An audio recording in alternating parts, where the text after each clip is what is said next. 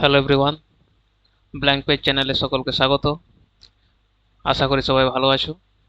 আজ আবার একটা নতুন সিরিজ নিয়ে আমি হাজির। আজ থেকে আমরা স্টার্ট করব top 240 Bengali pedagogy questions paper 2। ঠিক আছে, তো আমরা পেপার ওয়ানের যে সিরিজটা সেটা কমপ্লিট করেছি। আশা করি তোমরা সবাই দেখেছো। ওটা কিন্তু পেপার ওয়ানের জন্য যেমন ইম্পর্টেন্ট, পেপার টু এর জন্য কিন্তু ইম্পর্টেন্ট। যেগুলো আমাদের কমন সাবজেক্ট, যেমন বেঙ্গলি, ইংলিশ, সিডিপি, এই তিনটের কিন্তু যদি 100% আমরা কাভার করে যাই, তাহলে কিন্তু মানে করতে চাই, তাহলে কিন্তু আমাদেরকে পেপার ওয়ান পেপার টু দুটোরই কোয়েশ্চেনগুলো কিন্তু করতে হবে।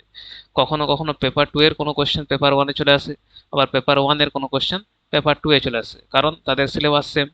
ঠিক আছে, তো এই যে পেপার টু এর আমরা সিরিজ চালু করেছি বলে যদি পেপার ওয়ানটা ভেবে থাকো যে আমরা না করলেও হবে, হয়তো কিছু তোমাদের পেপার ওয়ানের কোয়েশ্চেনগুলো করে গেলেও তোমরা পাস করে যাবে। কিন্তু যদি ভালো নাম্বার তোলার তোমাদের টার্গেট থাকে, তাহলে কিন্তু দুটো সিরিজ করাই আমার পক্ষে মনে হয় যে ভালো। ঠিক আছে, তো বেশি দেরি না করে ফার্স্ট কোশ্চেনে আমরা চলে যাই। অভিনেতাদের সম্পর্কিত সাকল্যবাচক নাম শব্দটি হবে। তাহলে সাকল্যবাচক নাম শব্দ কি? সাকল্যবাচক নাম শব্দের ইংরেজি হলো কালেকটিভ নাউন। তো কালেকটিভ নাউন কি আমরা সবাই জানি, তাই তো? এমন শব্দ যা একটা গোষ্ঠীকে বোঝায়। তা নাট্যদল, না বিধায়কগণ, না চরিত্রসমূহ, না শিক্ষক গোষ্ঠী। তাহলে নাট্য নাট্যদল মানে কি? অভিনেতাদের সমষ্টি, তাই তো? বিধায়কগণ মানে বিধায়কদের দল, চরিত্রসমূহ মানে চরিত্রের সমষ্টি, শিক্ষক গোষ্ঠী মানে শিক্ষকদের দল। তাহলে এখানে বলেছে অভিনেতাদের সম্পর্কিত সাকল্যবাচক নাম শব্দ, তাই নাট্যদল আমাদের অ্যান্সার। পেনটা নিয়ে নিই। হ্যাঁ, তাহলে নাট্য দল আমাদের অ্যান্সার। নেক্সট, আপনি জিজ্ঞাসা করুন আমাদের লক্ষ্য কি, আমি উত্তর দিতে পারি একটি শব্দে বিজয়, এমন একটি প্রশ্নকে বলা হয়। এইরকম এই ধরনের একটি কোশ্চেন আমরা কিন্তু ইংলিশ পেডাগজিতে পেপার ওয়ানে করেছি। ঠিক আছে, আমি এই কোশ্চেনগুলো ওই জন্যই রেখেছি যেন তোমরা বুঝতে পারো যে কতটা গুরুত্বপূর্ণ আমরা পেপার ওয়ান পেপার টু দুটোই, মানে দুটোকেই কাভার করা কতটা গুরুত্বপূর্ণ। ইংলিশ পেডাগজির পেপার ওয়ানে এই সেম কোশ্চেনটি এসেছে, কিন্তু বাংলাতে পেপার টু এ কিন্তু বাংলা পেডাগজিতে এই কোশ্চেনটি এসেছে। তাহলে যারা পেপার ওয়ানের সেই কোশ্চেনটি জানো তারা খুব সহজে এটা করতে পারবে, আর যারা পেপার টু এর এই কোশ্চেনটি জানো তারা পেপার ওয়ানের সেই কোশ্চেনটি ইংলিশে খুব সহজেই করতে পারবে। তাহলে এখানে এটা বিশ্লেষণাত্মক, না আলংকারিক, না রীতি অনুসারী, না তাৎক্ষণিক? ঠিক আছে, একটা আহ, আহ, কি বলে ওই ইংরেজিতে যে কোশ্চেনটা আমরা করেছিলাম সেটার অপশন ছিল দেখবে রেটোরিক্যাল বলে, তাই না? রেটোরিক্যালের বাংলা কি বলেছিলাম? আলংকারিক। ঠিক আছে, এখানেও কিন্তু সেটাই হচ্ছে। সেখানে বলা ছিল যে একজন লোক একটা বলেছিল দিব্য মানে কোশ্চেনও সেই সেম লোকই করবে, অ্যান্সারও সেম জনই দেবে। ঠিক আছে, এটাকে আমরা বলি আলংকারিক বা রেটোরিক্যাল। তাহলে আলংকারিক আমাদের অ্যান্সার। ঠিক আছে, বিশ্লেষণাত্মক মানে বিশ্লেষণের জন্য, রীতি অনুসারী মানে শৈলী সংক্রান্ত, তাৎক্ষণিক মানে হচ্ছে হঠাৎ প্রশ্ন করা। তাহলে এই ধরনের যে কোয়েশ্চেন এগুলোকে আমরা বলি আলংকারিক। নেক্সট, আপনার এক সহযাত্রী ট্রেনে জানলার পাশের আসনটিতে বসে আছেন, আপনি চান যে তিনি জানালাটি বন্ধ করে দিন। কিভাবে আপনি তাকে অনুরোধ জানাবেন বেছে লিখুন। অনুগ্রহ করে জানালাটি বন্ধ করুন, আপনি কি জানালাটি বন্ধ করতে পারেন না, আপনার পক্ষে কি জানালাটি বন্ধ করে দেওয়া সম্ভব হবে, আমায় জানালাটি বন্ধ করতে দিন। এই ধরনেরও একটা কোয়েশ্চেন আমরা ইংলিশ প্যাডাগজিতে পেপার ওয়ানে করেছিলাম। ঠিক আছে, তো তাহলে দেখো সেখানে কুড, ক্যান এইসব মোডাল ভার্বের ব্যবহার ছিল। ঠিক আছে, এখানে দেখো আমাদেরকে বাছতে হবে সবচেয়ে ভদ্র, সবচেয়ে পরোক্ষ রিকোয়েস্ট কোনটা বোঝাচ্ছে। তাহলে দেখো যদি বলি অনুগ্রহ করে জানালাটি বন্ধ করুন, তাহলে অনেকটা আদেশের মতো শোনায়। ঠিক আছে, অনুগ্রহ লিখছি ঠিক আছে, কিন্তু করুন করতেই হবে, সেই ধরনের একটা কথা বোঝাচ্ছে, তাহলে এটা হবে না। আপনি কি জানালাটি বন্ধ করতে পারেন না, এটা অনেকটা নেগেটিভ ধরনের হয়ে যাচ্ছে। আপনার পক্ষে কি জানালাটি বন্ধ করে দেওয়া সম্ভব হবে, এটা দেখো, এটা মানে সে যদি বলেও দেয় যে না হবে না, তাও সেই অপশনটাও কিন্তু খোলা আছে। ঠিক আছে, তা সবচেয়ে যে ভদ্রভাবে সেটা কিন্তু সি হচ্ছে আমাদের অ্যান্সার। আমায় জানালাটি বন্ধ করে দিন, এটা একদম সরাসরি নির্দেশ বোঝাচ্ছে। তাহলে সি আমাদের অ্যান্সার। নেক্সট, নিচের বাক্য বিন্যাসটি পড়ুন। শিক্ষক বলছে তুমি কি বরং বদলে একটি গল্পের বই পড়তে চাইবে? তুমি কি বরং এর বদলে একটি গল্পের বই পড়তে চাইবে? এই ধরনের কোশ্চেন আমরা ইংলিশ পেডাগজিতে করেছি। ছাত্র বলছে হ্যাঁ, শিক্ষক বলছে হ্যাঁ অনুগ্রহ করে। Same to same question, English পেডাগজির same to same question Bangla পেডাগজিতে। ঠিক আছে, এটা শুধু আজকেই আমি রেখেছি যাতে তোমাদেরকে একটা ধারণা দিতে পারি যে কেন আমাদের ইংলিশ পেডাগজি করলে বাংলা পেডাগজিতেও অনেক কাজে লাগবে, বাংলা পেডাগজি করলে ইংলিশ পেডাগজিতেও অনেক কাজে লাগবে। ঠিক আছে, তাহলে দেখো এখানে কি শিক্ষক ছাত্রকে ভাষার বিকল্প কাজ শেখাচ্ছেন, ভাষাকে শিষ্টতার সঙ্গে সম্পর্কযুক্ত করেছেন, বিনম্রভাবে পাঠ শুরু করবার নির্দেশ দিচ্ছেন, এখানে শিক্ষক ছাত্রের অনুরোধ রক্ষা করছেন। তাহলে যদি আমরা দেখি শিক্ষক ছাত্রকে ভাষার বিকল্প কাজ শেখাচ্ছেন, বিকল্প কাজ শেখানো এখানে মূল লক্ষ্য কিন্তু নয়। ভাষাকে শিষ্টতার সঙ্গে সম্পর্কযুক্ত করছেন, হ্যাঁ অনুগ্রহ করে, তাই না, যেটাকে আমরা ইংরেজিতে করেছিলাম ইয়েস প্লিজ। তাহলে ইয়েস তো বলছেন, তার সঙ্গে প্লিজ বলে একটা শিষ্টাচার শেখাচ্ছেন। ঠিক আছে, তাহলে বি আমাদের অ্যান্সার। বিনম্রভাবে পাঠ শুরু করবার নির্দেশ দিচ্ছেন, নির্দেশ নির্দেশ দিচ্ছেন কি, এখানে নির্দেশ দিচ্ছেন না, এখানে শিক্ষক ছাত্রের অনুরোধ রক্ষা করছেন, ছাত্রের অনুরোধও নয়, বেস্ট অ্যান্সার আমাদের বি। নেক্সট, নিচের শব্দগুলির মধ্যে কোনটি কাজ বোঝায়? রচনা, স্বপ্ন, পুষ্প, ছুট। কাজ বোঝায়। রচনা মানে কি? বস্তু। স্বপ্ন মানে ধারণা। পুষ্প মানে বস্তু। আর আমাদের ছুট মানে ছোটা। তাহলে এটাই কাজ বোঝাচ্ছে, ডি আমাদের অ্যান্সার। নেক্সট, যদি, যত, যেমন, যখন এইসব সম্ভাবনাবাচক শব্দগুলি যখন ব্যবহার করি তখন একটি কার্যকারণ সূত্র সূচিত হয়, পরের শব্দগুলির অর্থবোধকে স্পষ্ট করে, বাক্যের মধ্যে তাদের অবস্থান নির্ণয় করে, তাদের সম্পূর্ণ অর্থ সূচিত হয়। যদি, যত, যেমন, যখন এগুলি কিন্তু দুটো ক্লজকে, দুটো সেন্টেন্সকে জুড়ে। ঠিক আছে, তাহলে আহ, কি বলে, এটা কিন্তু একটি কার্যকারণ সূত্র সূচিত হচ্ছে। ঠিক আছে, কার্যকারণ সূত্র হচ্ছে মানে দুটো ফ্রেজকে জুড়ছে বা দুটো সেন্টেন্সকে জুড়ছে, তাহলে একটা কার্যকারণ সূত্র হচ্ছে, তাহলে এ আমাদের অ্যান্সার। বাকিগুলো কিন্তু যদি আমরা পড়ি, পরের শব্দগুলির অর্থবোধকে স্পষ্ট করে, আহ, বাক্যের মধ্যে তাদের অবস্থান নির্ণয় করে, তাদের সম্পূর্ণ অর্থ সূচিত করে, এগুলি কিন্তু এদের মূল কাজ নয়। ঠিক আছে, এ আমাদের অ্যান্সার। নেক্সট, পোস্টম্যান 11টার সময় চিঠি দিয়ে গেল, চিঠিটা 11টার সময় পোস্টম্যানের হাতেই এলো। উপরন্ত বাক্য দুটিতে শব্দসজ্জা বোঝানো হয়েছে, কর্তা ও কর্মের ভূমিকা বোঝানো হয়েছে, ক্রিয়ারূপের পার্থক্য বোঝানো হয়েছে, পোস্টম্যান শব্দটির ব্যবহার বোঝানো হয়েছে। তাহলে পোস্টম্যান 11টার সময় চিঠি দিয়ে গেল, চিঠিটা 11টার সময় পোস্টম্যানের হাতেই এলো, দুটোই আমাদের, দুটো এখানে সেন্টেন্স আছে, তাই না?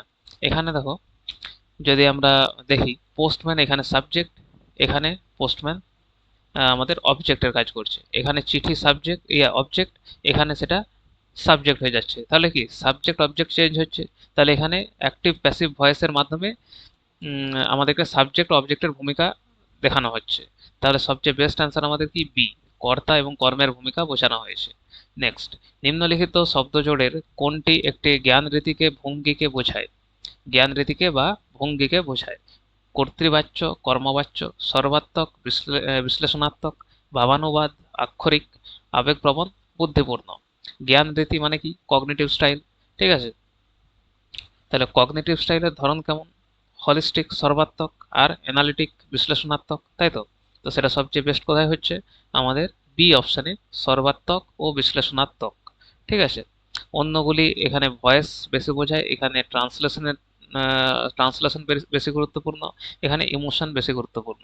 তাহলে বি আমাদের অ্যান্সার। নেক্সট, শিক্ষণ এবং মূল্যায়নের ক্ষেত্রে দপ্তর বলতে বোঝায় মৌখিক পরীক্ষা, যা প্রতি কার্যকালে, মৌখিক পরীক্ষা যা প্রতি কার্যকালে হয়, নির্দিষ্ট সময় জুড়ে কোনো শিক্ষার্থী বা ছাত্রের কাজের সংগ্রহ, যার দ্বারা সেই ছাত্রের অগ্রগতি বা প্রগতি বোঝা যায়, শিক্ষকের দ্বারা কোনো ছাত্রের ব্যবহার, প্রবণতা ইত্যাদি নথি রাখা, নির্দিষ্ট সময়ান্তরে কাগজে কলমে পরীক্ষা। তো শিক্ষণ এবং মূল্যায়নের ক্ষেত্রে দপ্তর বলতে কি বোঝায়? দপ্তরের ইংরেজি হলো পোর্টফোলিও। পোর্টফোলিও বললে তোমরা সবাই বুঝতে পারবে। পোর্টফোলিও কি? পোর্টফোলিও হলো নির্দিষ্ট সময় ধরে শিক্ষার্থীর যে কাজগুলি সেগুলির একটি সংগ্রহ। ঠিক আছে, তাহলে সেটি বেস্ট কোথায় হয়? এই বি, নির্দিষ্ট সময় জুড়ে কোনো শিক্ষার্থী বা ছাত্রের কাজের সংগ্রহ, যার দ্বারা সেই ছাত্রের অগ্রগতি বা প্রগতি বোঝা যায়। ঠিক আছে, মৌখিক পরীক্ষা পোর্টফোলিও নয়। শিক্ষকের কোনো ছাত্রের ব্যবহার, প্রবণতা ইত্যাদি নথি রাখা, এটা অবজারভেশন রেকর্ড কিন্তু নয়, এটা অনেকটা সময় ধরে, নির্দিষ্ট সময় জুড়ে হয়। নির্দিষ্ট সময়ান্তরে কাগজে কলমে পরীক্ষা, রিটেন টেস্ট নয়। দপ্তর, দপ্তর পোর্টফোলিও, তাহলে বি আমাদের অ্যান্সার। নেক্সট, পাঠের সময় ডিকোড করা বলতে বোঝায়, এটাও আমরা ইংলিশ পেডাগজিতে করেছিলাম, একটি জটিল ধাঁধার সমাধান, বিশ্লেষণ করা এবং অনুধাবন করা, একটি বিদেশি ভাষা বোঝা, আইসিটিতে একটি কার্যক্রম। তাহলে ডিকোড করা সেটা বলেছিলাম যে রিডিং এ যখন ডিকোড করা মানে শব্দ চিনে তার অর্থ বোঝার চেষ্টা করা, ঠিক আছে। তাহলে একটি জটিল ধাঁধার সমাধান আমরা পড়ার সময় করি না। বিশ্লেষণ করা এবং অনুধাবন করা এটাই করি আমরা। পড়ার সময় আমরা কোনো শব্দের অর্থ বোঝার চেষ্টা করি, সেটাকে বিশ্লেষণ করি এবং সেটা বুঝে অনুধাবন করার চেষ্টা করি। একটি বিদেশি ভাষা বোঝা, বিদেশি ভাষা বোঝা কিন্তু আমরা পড়ার সময় করি না। আইসিটিতে একটি কার্যক্রম, আইসিটি কার্যক্রম কিন্তু নয়। বি আমাদের অ্যান্সার। নেক্সট, বক্তা এক, তোমার মা কি তেক্ষণে বাড়ি এসেছেন? বক্তা দুই বলছে হ্যাঁ। ছাত্রদের কথা বলা এবং শোনার দক্ষতা পরীক্ষণে এখানে কোন বক্তার নম্বর কাটা হবে? তাহলে এটার মানে কি? প্রশ্নটা হচ্ছে তোমার মা কি এখনই বাড়ি এসেছেন, তেক্ষণে মানে এখনই, ঠিক আছে। তো এটার অ্যান্সার কি হওয়া উচিত? যে হ্যাঁ, আমার মা এখনই বাড়ি এসেছেন। কিন্তু এখানে শুধুমাত্র হ্যাঁ বলে দিয়েছে, তাহলে কিন্তু একটা কমিউনিকেটিভ রেসপন্স কিন্তু এখানে হলো না, ঠিক আছে। তাহলে এখানে কার আমরা নাম্বার কাটবো? আমরা দ্বিতীয় বক্তার নাম্বার কাটবো, ঠিক আছে। নেক্সট, লেখার সময় একটি সহায়ক কৌশল যা ব্যবহৃত হয় তা হলো শব্দ ছেড়ে দেওয়া, বিশেষণ, প্রস্তাব, পদগুচ্ছ।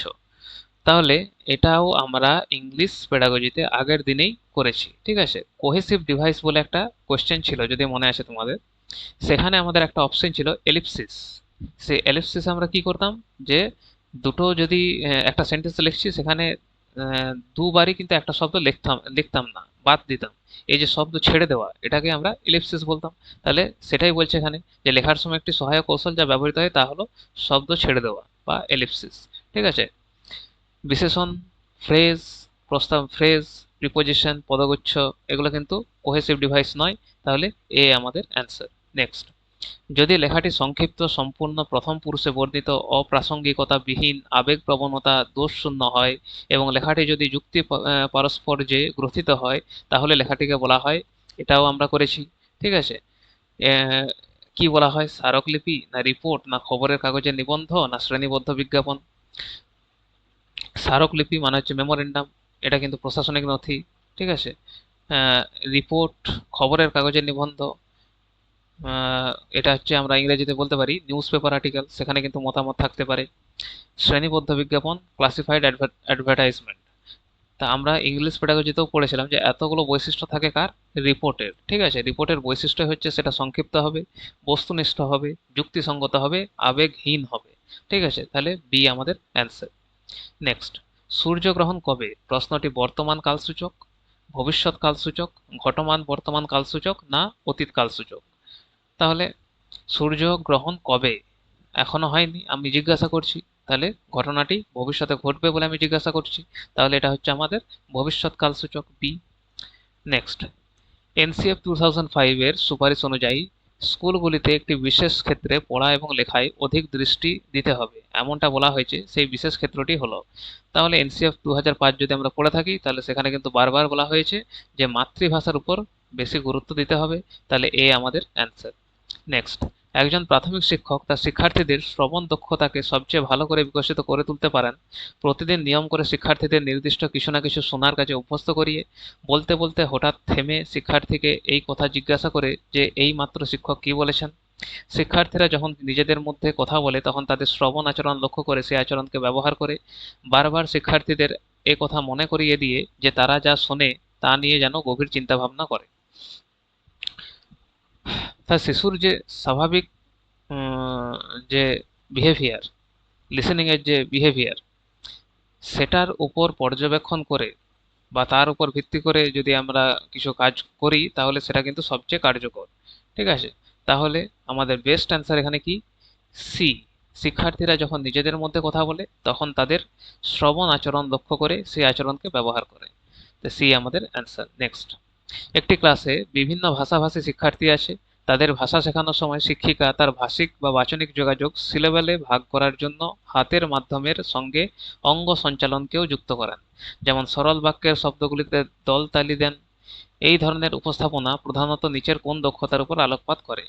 তাল, ছন্দ, ব্যবহারিকতা বা প্রায়োগিকতা, ধ্বনিতাত্ত্বিক সচেতনতা, বাক্য গঠন তত্ত্ব। সিলেবেল সিলেবেল অনুযায়ী হাততালি দিচ্ছেন। সিলেবেল যেটা আমরা সেগমেন্টেশন বলি, সেটা কি? সেটা কিন্তু ফোনোলজিক্যাল অ্যাওয়ারনেসের অংশ। ঠিক আছে, ফোনোলজিক্যাল মানে কি? ধ্বনিতাত্ত্বিক, তাহলে সি আমাদের অ্যান্সার। ঠিক আছে, তাল, ছন্দ, রিদম কিন্তু এখানে সেকেন্ডারি বিষয়। ব্যবহারিকতা বা প্রায়োগিকতা, এটা হচ্ছে প্র্যাগম্যাটিক্স বলি, এটাও নয়। বাক্য গঠন তত্ত্ব, এটা হচ্ছে সিনট্যাক্স, এটাও নয়। তাহলে সি আমাদের অ্যান্সার। নেক্সট, অপরকে বুঝতে পারা এবং তার সঙ্গে কার্যকর রূপে যোগাযোগ স্থাপন করতে পারার ক্ষমতাকে বলা হয় স্থানিক বুদ্ধি, ভাষা বৈজ্ঞানিক বুদ্ধি, অন্তর্ব্যক্তিক বুদ্ধি, ব্যক্তিগত বুদ্ধি। অন্যকে বোঝা বা যোগাযোগ, যদি আমরা গার্ডনারের মাল্টিপল ইন্টেলিজেন্স থিওরি পড়ে থাকি, সেখানে কিন্তু একটা ইন্টেলিজেন্সের কথা তিনি বলেছিলেন, ইন্টারপার্সোনাল ইন্টেলিজেন্স।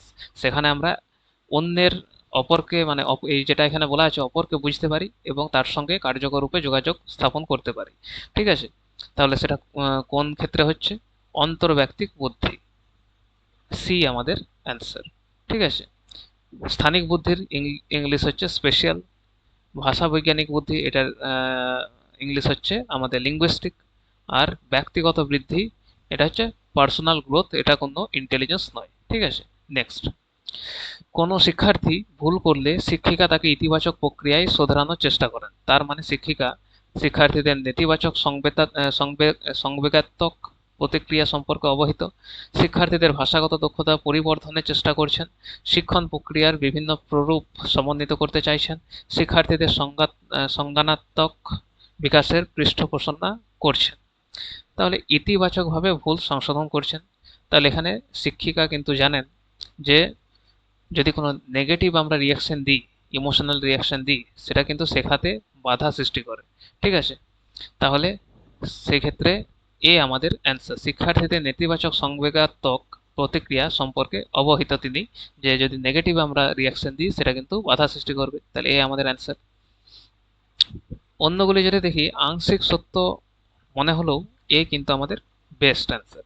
নেক্সট, কোনো শিক্ষার্থী যদি তার শারীরিক, ইন্দ্রিয়গত, মানসিক প্রতিবন্ধকতার জন্য অথবা শিক্ষা গ্রহণে পারঙ্গম না হওয়ার জন্য শিক্ষাক্ষেত্রে পিছিয়ে পড়ে, তার জন্য প্রয়োজন সংশোধনের বন্দোবস্ত, শ্রেণীকক্ষ নজরদারি, মানবিক কলা বিদ্যাভিত্তিক শিক্ষা, বিশেষ প্রয়োজনমুখী শিক্ষা। প্রতিবন্ধকতার জন্য পিছিয়ে পড়া, তাহলে তার জন্য কি প্রয়োজন? তাহলে স্পেশাল নিডস এডুকেশন প্রয়োজন, তাই তো?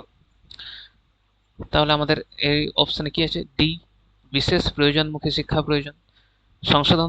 সংশোধনের বন্দোবস্ত, শ্রেণীকক্ষ নজরদারি, মানবিক কলা বিদ্যাভিত্তিক শিক্ষা, এগুলো কিন্তু শুধু এগুলি করলে কিন্তু যথেষ্ট নয়, যেহেতু সে প্রতিবন্ধী প্লাস সে পিছিয়ে গেছে, তাহলে বিশেষ প্রয়োজনমুখী শিক্ষা এক্ষেত্রে দরকার। ডি আমাদের অ্যান্সার।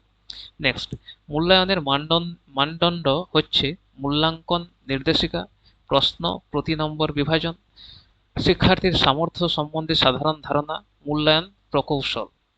মূল্যায়নের মানদণ্ড, যেটাকে আমরা রুব্রিক বলি, রুব্রিক কিন্তু মূল্যায়নের নির্দিষ্ট মানদণ্ড দেয়। ঠিক আছে, তাহলে আমাদের এখানে হচ্ছে মূল্যাঙ্কন নির্দেশিকা, এ আমাদের অ্যান্সার, এটাকে আমরা রুব্রিক বলি। নেক্সট, সমধ্বন্যাস্তক যেসব শব্দের শেষ ধ্বনিগুলি একরকম শব্দজোড়া কোনটি?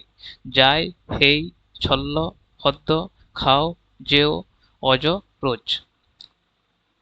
তাহলে সমধ্বন্যাস্তক শব্দজোড়া, শেষ ধ্বনির মিল রয়েছে কোথায়? অজ, রোজ, এখানে। তাহলে ডি আমাদের অ্যান্সার। নেক্সট, কনস্ট্রাকটিভিজম হচ্ছে এমন একটি তত্ত্ব যেখানে শিক্ষার্থীরা নিজেদের প্রত্যক্ষ অভিজ্ঞতার মাধ্যমেই এই জগৎ সম্পর্কে তাদের জ্ঞান ও বোধ গড়ে তোলে, বিভিন্ন পরস্পর বিরোধী নমুনা বা দৃষ্টান্ত অধ্যয়ন করে কোনো সুদৃঢ় সিদ্ধান্তে পৌঁছায়, শিক্ষকদের সহায়তায় এবং বিভিন্ন শিক্ষা মাধ্যমকে ব্যবহার করে নিজেদের তত্ত্ব গড়ে তোলে, নিজেদের শিক্ষা সহায়ক উপাদান নিজেরা তৈরি করে এবং হাতে কলমে অভিজ্ঞতা অর্জন করে। কনস্ট্রাকটিভিজম, কনস্ট্রাকটিভিজম কি? শিক্ষার্থী নিজ অভিজ্ঞতার ভিত্তিতে জ্ঞান নির্মাণ করে। সবচেয়ে বেস্ট কোন অপশনটাতে হচ্ছে? সেটা এ নিজেদের প্রত্যক্ষ অভিজ্ঞতার মাধ্যমেই এই জগৎ সম্পর্কে তাদের জ্ঞান অবোধ করে তোলে, তাহলে এ আমাদের অ্যান্সার। নেক্সট, কোনো বার্তার নির্দিষ্ট কিছু দিক যেমন ধ্বনি, শব্দের বিভিন্ন শ্রেণী, রূপতাত্ত্বিক বৈশিষ্ট্য চিনতে পারা অথবা তাদের পার্থক্য ধরতে পারার জন্য কোন কাজটি করা দরকার? পঠন, লিখন, শ্রবণ, কথন। তাহলে ধ্বনি, শব্দ, রূপতত্ত্ব চিনব, এক্ষেত্রে এইসব বৈশিষ্ট্যগুলির শনাক্ত করতে আমাদের লিসেনিং কিন্তু অত্যন্ত গুরুত্বপূর্ণ। তাহলে এখানে আমাদের অ্যান্সার হচ্ছে সি বা শ্রবণ বা লিসেনিং। নেক্সট, বিষয়কেন্দ্রিক শিক্ষণ প্রক্রিয়ার কেন্দ্রস্থলে থাকে শিক্ষার্থীর আগ্রহ, পাঠ্যক্রমের অন্তর্গত বিষয়বস্তু, শিক্ষকের বিষয়জ্ঞান, শিক্ষণ প্রযুক্তি। বিষয়কেন্দ্রিক শিক্ষণ, এখানে সাবজেক্ট সেন্টার্ড অ্যাপ্রোচ এর কেন্দ্রবিন্দু কন্টেন্ট। ঠিক আছে, তাহলে আমাদের সবচেয়ে বেস্ট হচ্ছে পাঠ্যক্রমের অন্তর্গত বিষয়বস্তু, বি আমাদের অ্যান্সার। নেক্সট, অসাধারণ মেধার ইঙ্গিতগুলি সবচেয়ে ভালোভাবে বোঝা যায় আইকিউ টেস্ট, ইকিউ টেস্ট, শিক্ষক শিক্ষিকা বা মা বাবার কাছ থেকে, বিদ্যালয়ে মূল্যাঙ্কিত শিক্ষার্থীর আদ্যপ্রান্ত রেকর্ড থেকে। তাহলে অসাধারণ মেধা চেনার সর্বোত্তম উপায়, গিফটেডনেস কিন্তু বিভিন্ন পরিস্থিতিতে প্রকাশ পায়। ঠিক আছে, তাহলে সেটা ঘরেও প্রকাশ পায় আর বিদ্যালয়েও প্রকাশ পায়, তাই শিক্ষক অভিভাবক দুজনেরই যে পর্যবেক্ষণ সেটাই কিন্তু এক্ষেত্রে সবচেয়ে কার্যকর। তাহলে আমাদের সি হচ্ছে অ্যান্সার। নেক্সট, একজন মাধ্যমিক স্কুল শিক্ষক নিয়মিত রূপে বহুজাতিক সংস্থা সংক্রান্ত সংবাদ এবং নিবন্ধ পাঠ্য পাঠ্যোপকরণ হিসেবে ক্লাসে ব্যবহার করেন। সেই সব সংবাদ ও নিবন্ধে থাকে উজ্জ্বল ভবিষ্যৎ গড়ে তোলার সুবর্ণ সুযোগের কথা, যে সুযোগ পাওয়ার জন্য চাই একাধিক ভাষার জ্ঞান অর্জন। এইসব পাঠ্যোপকরণ শিক্ষার্থীদের কিসে সাহায্য করে? বিভিন্ন দ্বিভাষিক গোষ্ঠী ও তাদের কর্মকাণ্ডের বিশেষত্ব বুঝতে, কোনো কোন পরিস্থিতিতে মানুষ আজকাল বিদেশে থাকতে বাধ্য হয় তা উপলব্ধি করতে, বিশ্বায়নের যুগে দ্বিভাষিক হওয়ার সুযোগ সুবিধা অনুধাবন করতে, বড় হয়ে তারা কোথায় যাবে, কোথায় কাজ নেবে সে সম্পর্কে সিদ্ধান্ত নিতে। তাহলে বহুজাতিক সংস্থা সংক্রান্ত পাঠ যদি করা হয়, এটা কিন্তু এই যে আমাদের এখন এখন যে যুগ সেটা হচ্ছে গ্লোবালাইজেশনের যুগ, সেখানে যে বাইলিঙ্গুয়াল হওয়া বা মাল্টিলিঙ্গুয়াল হওয়া এটা যে কতটা সুবিধা সেটাই কিন্তু বহুজাতিক সংস্থা সংক্রান্ত পাঠে বোঝানো হয়। তাহলে সবচেয়ে বেস্ট অপশন আমাদের সি, বিশ্বায়নের যুগে দ্বিভাষিক হওয়ার সুযোগ সুবিধা অনুধাবন করতে সাহায্য করে। নেক্সট, শ্রবণ ও কথন দক্ষতা মূল্যায়নের জন্য অনুষ্ঠিত নিচের কথোপকথন গুচ্ছটি লক্ষ্য করুন। শিক্ষক বলছে, দিল্লির বাতাস এত অস্বচ্ছ কেন? প্রথম শিক্ষার্থী বলছে, প্রধানত ধোঁয়া আর ধুলোর জন্য। দ্বিতীয় শিক্ষার্থী, আমারও এটা অস্বচ্ছ বটে। তাহলে কোশ্চেন হচ্ছে দিল্লির বাতাস কেন অস্বচ্ছ? প্রথম শিক্ষার্থীর উত্তর প্রশ্নের সঙ্গে একদম সামঞ্জস্যপূর্ণ। দ্বিতীয় শিক্ষার্থীর যে অ্যান্সার সেটা কিন্তু এই প্রশ্নের উত্তর কিন্তু নয়। সে যদি আরেকটা কোনো কারণ দিত তাও হতো, বা যদি বলতো যে হ্যাঁ আমারও এটাই মনে হয় তাও হতো, কিন্তু আমারও এটা অস্বচ্ছ বটে এটা কিন্তু এই কোশ্চেনের ঠিকঠাক অ্যান্সার হলো না। ঠিক আছে, তাহলে আমাদের বি হচ্ছে অ্যান্সার, প্রথম শিক্ষার্থী ঠিক প্রতিক্রিয়া, দ্বিতীয় শিক্ষার্থী ভুল প্রতিক্রিয়া। নেক্সট, কোনো পাঠে একটি শব্দের মূল্য বলতে বোঝায় কোনো প্রসঙ্গে শব্দটির পরোক্ষ ব্যবহার, একটি শব্দের বিভিন্ন রকম ব্যবহার, একটি শব্দের অভিধানিক অর্থ, আভিধানিক অর্থ, কোনো বিশেষ প্রসঙ্গে শব্দটির তাৎপর্য। তাহলে শব্দের মূল্য কি ওয়ার্ড ভ্যালু যেটাকে আমরা বলি, এটা কিন্তু প্রসঙ্গ ভিত্তিক। ঠিক আছে, কোনো প্রসঙ্গে শব্দের পরোক্ষ ব্যবহার, ইনডাইরেক্ট ইউজ নয় এটি। একটি শব্দের বিভিন্ন রকম ব্যবহার, সব ব্যবহার নয়। একটি শব্দের আভিধানিক অর্থ শুধু ডিকশনারি মিনিং নয়। শব্দের মূল্য বোঝায় কোনো বিশেষ প্রসঙ্গে শব্দটির তাৎপর্য, ডি আমাদের অ্যান্সার। লাস্ট কোয়েশ্চেন, ভাষা শিক্ষা শিক্ষার্থীদের প্রামাণ্য, অর্থপূর্ণ পারস্পরিক যোগাযোগ স্থাপনের উপরে জোর দেয়। ব্যাকরণ অনুবাদ, দ্বিভাষিক, অভিব্যক্তিমূলক, অনানুষ্ঠানিক। অর্থপূর্ণ পারস্পরিক যোগাযোগে জোর দেয়। আমরা হয়তো পড়ে থাকবো কমিউনিকেটিভ ল্যাঙ্গুয়েজ টিচিং, এটার মূল লক্ষ্যই হলো কিন্তু অর্থপূর্ণ ও বাস্তব যোগাযোগ। ঠিক আছে, সেটা সবচেয়ে বেস্ট কিসে হয়? কমিউনিকেটিভ অ্যাপ্রোচে। তো সেটার কোনটাতে আমাদের হচ্ছে? অভিব্যক্তিমূলক, সিতে হচ্ছে। ঠিক আছে, ব্যাকরণ অনুবাদ মানে গ্রামার ট্রান্সলেশন মেথড, সেখানে হয় না ভালো। দ্বিভাষিক মানে বাইলিঙ্গুয়াল মেথড, এখানেও ঠিকঠাক হয় না। অনানুষ্ঠানিক মানে হচ্ছে ইনফর্মাল। ঠিক আছে, তাহলে সি হচ্ছে আমাদের অ্যান্সার। আশা করি তোমাদের ক্লাসগুলি ভালো লাগছে। এগুলি আমাদের 2013-14 সালের কোয়েশ্চেন। ঠিক আছে, তখন খুব ভালোভাবে বাংলাটিকে গুছিয়ে বলা থাকতো না, তাই হয়তো কোশ্চেনগুলো বুঝতে একটু অসুবিধা হতে পারে, কিন্তু পরে পরে যে কোশ্চেনগুলো আসবে সেগুলি কিন্তু খুব ভালোভাবে ভাষাটা ঠিক গুছিয়ে লেখা আছে, তাই পরে অসুবিধা হবে না। এগুলি সব ইম্পর্ট্যান্ট কোশ্চেনগুলি আমি তুলেছি, তাই এগুলো যদি তোমরা করো তোমাদের পরবর্তীতে কিন্তু খুবই কাজে লাগবে। আজ আমাদের ক্লাস এই পর্যন্তই। Thank you.